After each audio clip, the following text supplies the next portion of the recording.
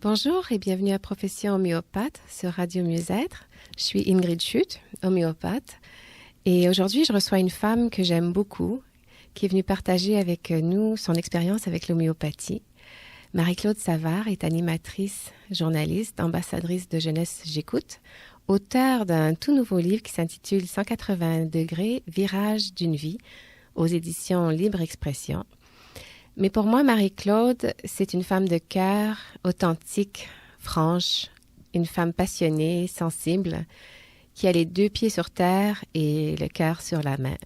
Bonjour Marie-Claude. Allô, mon Dieu, c'est des belles choses. Je te renvoie les compliments, Ingrid, sincèrement. Oh oui, c'est un plaisir de t'avoir. Merci d'avoir accepté de venir nous raconter ton expérience avec l'homéopathie. Ça me fait plaisir. Oui.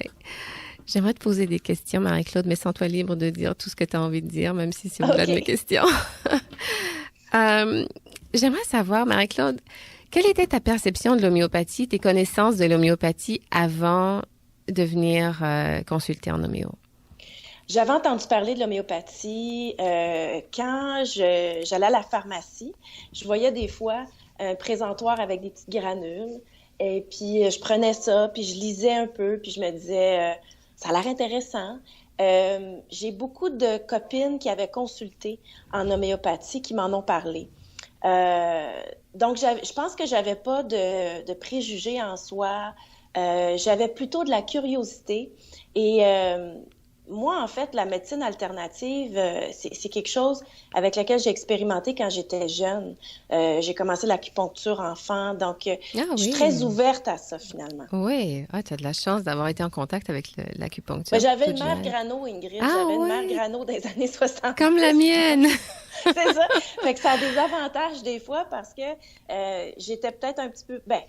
c'est-à-dire qu'aujourd'hui, je pense que c'est bien intégré, mais ma mère était peut-être un peu en avant de son temps. Oui, comme la mienne. Oui. Oui. Donc, tu allais te faire planter des aiguilles de temps en temps. Ah oui, pour plein de choses. En fait, je suis allée en acupuncture pour des allergies saisonnières et des allergies aux animaux. Mm-hmm. Et finalement, c'est toi qui m'as réglé mon fameux problème. Oui. Fait que j'avais commencé jeune, j'avais commencé quand j'avais 6-7 ans à consulter pour ça. Oui. Et qu'est-ce qui t'a amené finalement en homéopathie? Qu'est-ce qui a fait... Qu'est-ce qui t'a donné l'élan pour venir consulter en homéopathie alors que tu voyais les remèdes en pharmacie, tes amis avaient consulté? Pour toi, qu'est-ce qui a été le virage dans l'homéopathie? Ben en fait, c'est que je me suis retrouvée mal pris. J'ai l'impression que tu dois avoir bien des clients ou il y a bien des homéopathes qui doivent ouvrir leur cabinet à des gens mal pris. Oui. Il y a 10 ans, j'avais commencé à faire des infections urinaires. En fait, c'est des problèmes chroniques qui m'ont amenée à l'homéopathie, dans le sens où j'ai commencé à faire des infections urinaires, puis j'avais beau prendre le traitement d'antibiotiques, ça revenait. Fait que je me souviens d'être allée chez vous un jour de pluie où j'étais en hématurie, donc j'avais du sang dans les urines, puis ça n'arrêtait pas. Oui.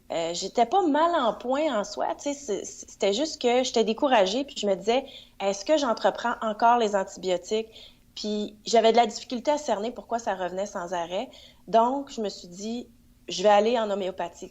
D'emblée, je me suis pas dit, je vais aller en acupuncture pour quelque chose comme ça. Mm-hmm. Donc, une de mes bonnes amies, Jacinthe René, m'a donné le contact. Je t'ai appelé, puis tu m'as accueilli dans ton cabinet assez rapidement. Oui.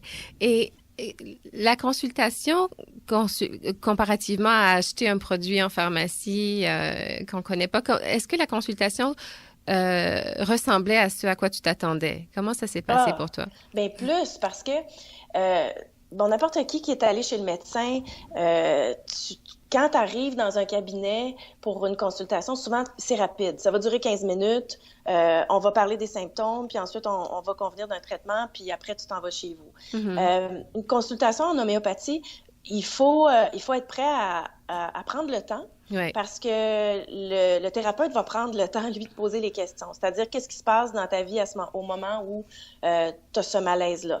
Donc, forcément, tu dois faire le point sur où est-ce que tu en es émotivement, dans ton travail, dans ton stress, dans ce que tu vis. Mm-hmm. Essayer de voir le lien. Pourquoi ça revient? Est-ce que c'est une émotion qui revient? Mm-hmm. Donc, ça ressemble un peu à de la thérapie, en quelque sorte. Et puis, ce que j'avais remarqué, c'est que tu me posais des fois des questions étranges. Mais pour toi, ça faisait du sens, vu que je prenais des notes. Donc, je pense que l'expérience, d'abord et avant tout, c'est une grande expérience de communication, d'écoute de part et d'autre. Donc, c'est très différent de ce qu'on peut vivre dans la médecine traditionnelle. Ouais, et souvent, les gens vont dire, ah, mais c'est parce que justement, vous écoutez les homéopathes que ça fonctionne. Mais tu te souviens, je t'ai donné un remède. Je pouvais pas te voir tout de suite en longue consultation. Et d'après ce que tu me disais, je t'ai vu rapidement parce que tu te souviens, j'avais pas le temps de te voir tout de suite en consultation. Puis d'après ce que tu me disais, je t'ai dit, prends ça et on va voir ensuite à quelle profondeur ça agit. Puis ce remède a agi de façon partielle. Et quand tu es revenu en consultation et que là, j'ai eu plus de détails, là, je t'ai donné un remède qui agit beaucoup plus en profondeur. Bien, c'est ça qui est particulier, c'est qu'on commence la consultation et là, première nouvelle, on a des granules en dessous de la langue. Puis là, tu me disais, OK, prends ça, retourne à la salle de bain, reviens. Oui. Donc, il y a une prise en charge quand même. Oui. Moi, ce qui m'avait agréablement surprise, c'est que j'avais le sentiment d'être prise en charge de manière urgente. Là, donc, on se dit, OK, on essaie de colmater la brèche là, puis ensuite, on se parlera des raisons un petit peu plus profondes. Je t'envoyais à la salle de bain. Oui, vas-y. Oui, non, quand je suis partie, je me sentais mieux. Oui. Mais j'avais un autre long rendez-vous à faire avec toi pour essayer d'aller à la source du problème. Absolument. Parce que pour expliquer aux auditeurs, en fait, je te demandais d'aller aux toilettes, je te faisais boire de l'eau, puis je te demandais d'aller aux toilettes parce que le remède peut agir très rapidement au point où, dans les 5-10 minutes, tu peux aller uriner puis remarquer une nette différence. Puis tu sens déjà le processus de guérison qui s'installe parce que le remède agit vite. Dans une infection, ouais. Et c'est important aussi parce que quand les gens viennent nous voir pour une infection, il faut que ça agisse vite, puis ensuite aller pour tout de suite s'assurer que on n'est pas en train de s'aggraver. Il ne faut pas laisser s'installer l'infection parce que sinon, il faut aller prendre des antibiotiques si on n'a pas tout de suite des résultats comme dans une bronchite. Mais ça m'avait rassurée que tu me dises ça, Ingrid, parce que je me disais, si je m'en vais en médecine alternative, est-ce que mon homéopathe va être contre le fait de prendre des antibiotiques? Puis ça m'avait beaucoup rassurée parce que tu m'avais dit, bien, voilà, je te donne des remèdes, on voit comment ça fonctionne, on se reparle, puis si jamais on est mal pris, bien, on les prend, les antibiotiques. Fait que moi, je me disais, dans le fond, j'ai rien à perdre d'essayer autre chose, puisque ça fait des années que je prends les antibiotiques et que ça revient sans cesse. Oui, et ce qui est bien avec le traitement homéopathique, quand on consulte un professionnel qui sait ce qu'il fait, évidemment, là, qui est diplômé en homéopathie, ça faut le dire, c'est que le remède va éviter la récurrence, va éviter que les infections reviennent. Donc, plus on avance dans le traitement, plus on est solide et après, on peut très bien ne plus du tout en refaire des infections.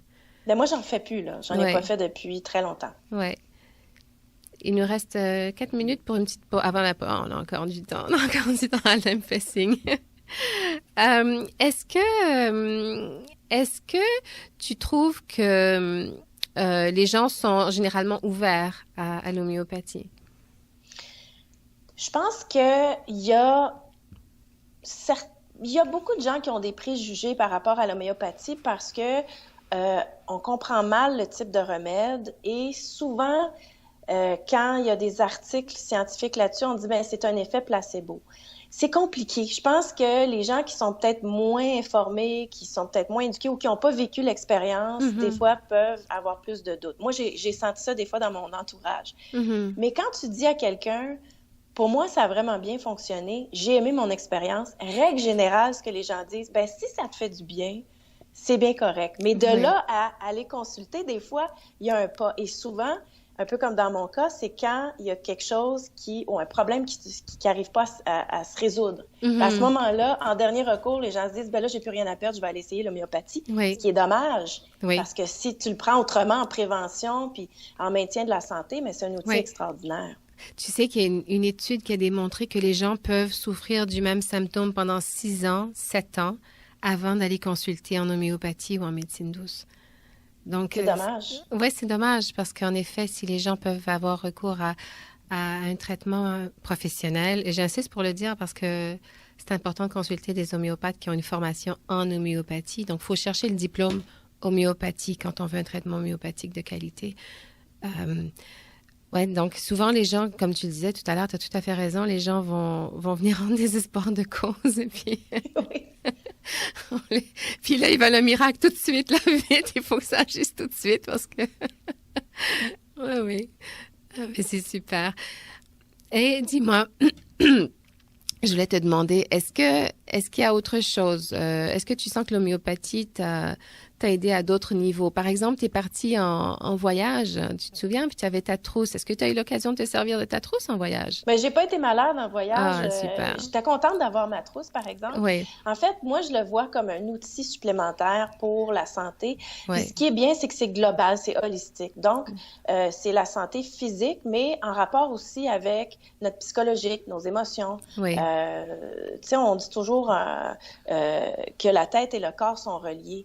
oui, Ben, c'est ça aussi dans le traitement de la santé. Fait que moi, ce que j'ai beaucoup apprécié de nos rencontres en homéopathie, c'est de pouvoir refaire le chemin avec les émotions et le stress qui peuvent des fois provoquer des symptômes. oui, Et donc, si on est capable de retourner en arrière oui, et d'aller à la source, ben ça donne une libération. Tu sais, peu importe ce que les gens peuvent penser du remède, il y a une libération qui se fait quand même, puis il y a une compréhension.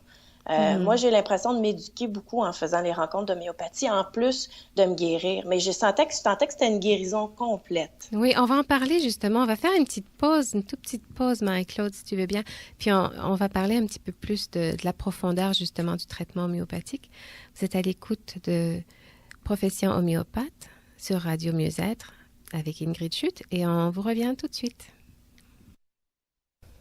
On est de retour sur Radio Mieux-être à Profession homéopathe. Je suis Ingrid Chute et je reçois Marie-Claude Savard aujourd'hui et on est en train de parler homéopathie. Salut Marie-Claude. Allô? Alors, on était en train de parler de... J'ai changé le micro de place parce que tout à l'heure, il était en bas. Puis là, je te regardais toi. Donc, on dirait que je regardais au ciel, les anges, je sais pas quoi. Donc, Alain nous a déplacé le micro, Dieu merci. Donc, je peux te regarder. Le micro, la caméra, excuse-moi. OK, là, je peux te regarder maintenant. Marie-Claude, on parlait de l'aspect... en fait, on parlait du traitement homéopathique. Ce que tu as bien aimé de l'homéopathie, c'est que ça a traité les allergies, l'asthme, tu nous disais. Et puis, on disait aussi que l'homéopathie traite en profondeur. Donc, toi, tu as pu te débarrasser des allergies. Oui, ça, c'est incroyable, là. Je veux dire, c'est pas une mince affaire. Tantôt, je te parlais de la raison pour laquelle je suis venue te voir la première fois, c'est que j'avais une infection urinaire. Donc, j'étais dans le trouble. Tu m'as aidé avec ça et j'en ai pas eu par la suite. Et en jasant, bon, tu me posais des questions. Je t'ai dit que j'avais des allergies saisonnières depuis très longtemps, allergies aux chats. Et en plus, mon chum a un chat que j'adore. Donc, à un moment donné, je me suis dit, si Ingrid est capable de régler mon infection urinaire, peut-être qu'elle va pouvoir me réconcilier avec le chat de mon chum. Et c'est ce que tu as fait. Oui. Parce que ça a pris plusieurs consultations, Oui. je dois le dire quand même, puis j'avais essayé plusieurs choses pour les allergies. Mais j'étais prête aussi à faire le travail, il faut dire. Oui. Mais on en est venu à bout en explorant un peu les causes. Oui. Absolument. Et ça, c'est important, les causes. J'aimerais bien expliquer aux auditeurs que l'homéopathie travaille en profondeur d'une façon assez particulière. Et on a fait des émissions, Marie-Claude, avec Georges Aragon, où on a parlé de la science de l'homéopathie et où on explique comment fonctionne l'homéopathie. Donc, je vous invite à aller regarder ces émissions-là, à les écouter en tout cas.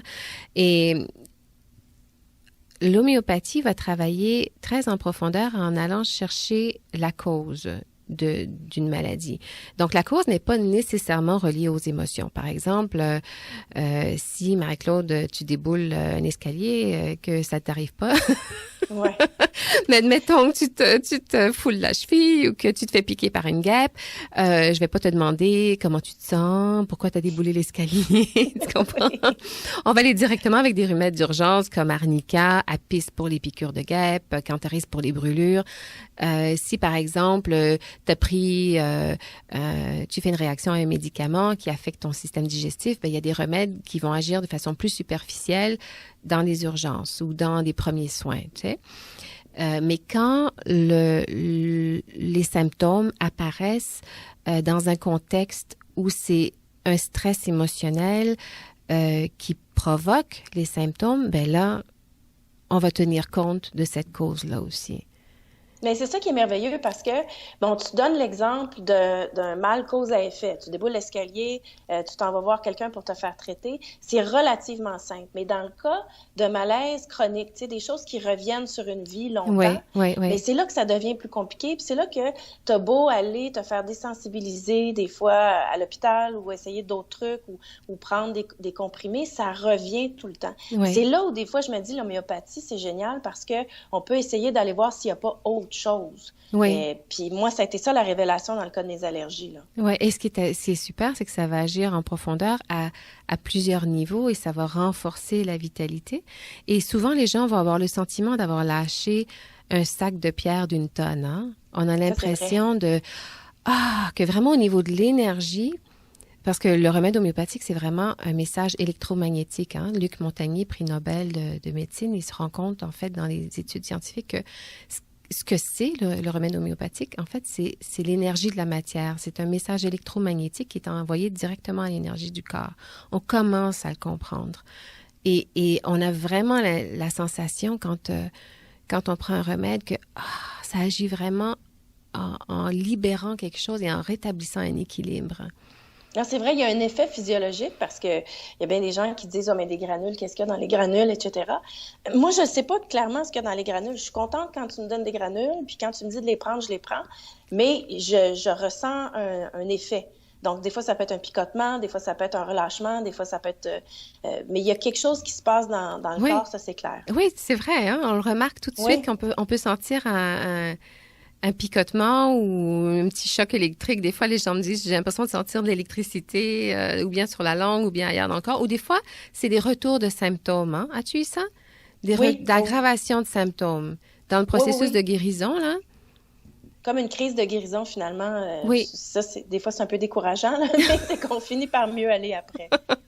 Oui, c'est que dans les premiers jours qui suivent la première prise du remède, on peut avoir une exacerbation là, des symptômes. On peut avoir un bouton qu'on a eu sur l'épaule droite il y a 15 ans, un bouton purulent qui réapparaît et puis qui disparaît tout seul au bout de quelques heures ou au bout d'une demi-journée. Puis... Donc, dans le processus de guérison, on peut avoir des retours de symptômes. Est-ce que tu trouves que l'homéopathie a sa place chez toutes les couches de la société? Est-ce que tu trouves que l'homéopathie est répandue? Est-ce que tu trouves que les gens ont facilement accès à l'homéopathie? Comment tu trouves que ça... Bien, je pense que ça reste encore un peu marginal au Québec, malheureusement. C'est pas tout le monde qui connaît un homéopathe ou qui connaît un bon homéopathe, alors que la plupart des gens vont connaître un médecin, un massothérapeute. Je pense que tranquillement, pas vite, le mot se passe aussi. Je pense que ceux qui ont eu des bonnes expériences sont là pour le dire. Tu sais, c'est toujours un peu un choix personnel comment on décide de traiter notre corps puis de gérer notre santé. Absolument. Moi, ce que je pense, c'est que plus on a d'outils, mieux c'est. Oui. Donc, pour moi, l'homéopathie, ça fait vraiment partie du coffre à outils. Je souhaite que plus de gens s'ouvrent à ça parce que je pense que ça pourrait vraiment être bénéfique pour bien des choses. Oui, oui. C'est important si on veut consulter en homéopathie, je le répète encore, d'aller voir des gens qui sont membres du SPHQ, hein, qui sont membres de l'unique association professionnelle qui regroupe seulement des homéopathes, c'est le SPHQ.org. Alors ça, il n'y a pas beaucoup de gens qui le savent. Puis, c'est important de consulter quelqu'un qui, comme tu dis, qui est bien formé, qui est professionnel et on n'a pas facilement accès. On n'est pas très nombreux non plus, les homéopathes au Québec. Hein. Oui, ça, c'est vrai. Est-ce que tu savais, Marie-Claude, qu'au Québec, on a eu un hôpital homéopathique? Non, en fait, je me posais en fait, on se pose tous la question, ceux qui aiment bien les médecines alternatives, est-ce que ce serait possible, à un moment donné, qu'il y ait une réconciliation puis qu'on puisse faire un peu des deux? Parce que c'est toujours là où on a l'impression qu'on est le plus efficace. Oui, bien récemment, en Suisse, ils ont donner le statut de médecine officielle en Suisse. Là, c'est maintenant un statut, une médecine. L'homéopathie est une médecine qui a le même statut que la médecine conventionnelle. Et en Angleterre, le prince Charles, parce que tu sais, la famille royale se fait traiter depuis la reine Victoria, depuis très, très longtemps, à l'homéopathie, depuis la naissance de l'homéopathie. Et le prince Charles travaille beaucoup à l'intégration des médecines douces dans la médecine conventionnelle, donc ce qu'on appelle une médecine intégrée. Ah, écoute, ce serait génial, comme en Inde. Quand je vais en Inde, Marie-Claude, là, dans les hôpitaux, on pratique l'homéopathie. Il y a des hôpitaux homéopathiques, il y en a des dizaines et des dizaines, et à chaque coin de rue, tu as des médecins qui pratiquent l'homéopathie. Et c'est tellement merveilleux d'avoir cette intégration-là où les deux médecines, ou l'Ayurveda, en fait, en plus, ils travaillent tous main dans la main. Et c'est fabuleux. Mais tu sais, à partir du moment où tu sais que tu as un praticien reconnu qui a fait ses études, diplômé, compétent, etc., Ouais. dans n'importe quel soin de santé, Ouais. ça vaut la peine d'essayer. Ouais. Puis je pense que chaque spécialité a ses forces. Et donc, l'homéopathie, à mon avis, doit être intégrée à nos choix de santé. Puis c'est dommage qu'on soit obligé de faire autant de recherches pour trouver la bonne personne, puis ensuite Ouais. s'assurer, est-ce que je connais quelqu'un qui a eu une bonne expérience, etc. Fait que moi, des fois, ce que j'ai le goût de dire aux gens, moyennant une démarche responsable, il faut quand même oser un peu dans Oui. la vie, même si on n'est jamais allé dans un cabinet, puis on a peur, puis on ne sait pas comment ça va se passer. Oui. À partir du moment où tu sais que tu as quelqu'un qui est compétent puis qui est responsable, ben go, Ouais. ça va bien se passer. Ouais. Moi, je rêve du jour où ça pourrait être couvert par les soins de santé, tu sais, où les gens auraient accès, où ils n'auraient pas à payer pour venir en consultation, tu sais. Ouais, parce que ce qu'on veut, c'est que tout le monde soit bien, Oui, soit en santé. absolument. Donc, le mieux-être, le bien-être, ça passe par ça aussi. Oui, oui. Puis, des fois, il y a quelque chose qui fonctionne pas, il y a une technique qui fonctionne pas, mais on en essaie une autre. Puis, l'homéopathie est très puissante, donc Oui, oui. Ah, ça vaut la peine exactement, c'est très, tu l'as dit, c'est très, très puissant. Oui. On ne soupçonne pas. En fait, c'est comme une force qui est dormante, là, c'est comme un trésor qui est encore souterrain, qui est caché sous les arbres. Et c'est une force qui est tellement, tellement puissante. Moi, quand j'ai fait la rencontre de l'homéopathie, j'étais tellement renversée que j'ai laissé ma maîtrise après 6 ans d'université, j'ai laissé la maîtrise, j'ai fait « Wow, c'est quoi ça? » Tu sais? Non, puis, tu sais, dans le fond, Ingrid, moi, j'ai eu des allergies, j'ai consulté tout le monde, là, tout ce qui se fait de personnes qui peut traiter des allergies ça a commencé pendant 35 ans. Mm-hmm. Puis finalement, j'ai réussi à en venir à bout, à améliorer mon sort, puis à respirer adéquatement. Donc, c'est sûr que c'est très, très, très puissant. Tu sais, moyennant que tu arrives avec le bon timing, prêt Oui. à t'ouvrir, parce que moi, Oui. je pense aussi qu'il faut s'ouvrir à la médecine, à l'homéopathie. C'est sûr Oui. que si tu arrives, puis tu es sûr que ça ne fonctionnera pas, puis tu ne veux pas essayer, puis Oui. ben, ça va être plus difficile à ce moment-là pour l'homéopathe de travailler avec toi, là. Oui, de travailler, exactement, parce qu'il faut faire un travail. Des fois, on a des gens qui viennent en homéopathie, puis ils sont bloqués parce qu'ils veulent rien savoir, puis c'est leur conjoint qui les oblige, qui leur donne un ultimatum. Je me souviens encore d'un homme qui buvait énormément. Il buvait une bouteille de fort par jour, plus plusieurs verres de bière et de vin, et le pauvre, il fonctionnait plus. Et sa femme lui avait donné un ultimatum. Il lui a dit, tu vas avoir une grille ou je te quitte. Puis, et elle était dehors, dans sa voiture, puis elle attendait que lui finisse sa consultation. Il dit, tu restes là les 2 heures et demie, puis tu sors pas de là. Puis il était obligé, puis il était réticent. Écoute, c'était pénible, la consultation. Mais ça doit, c'est presque pas un cadeau à te faire, ça, là.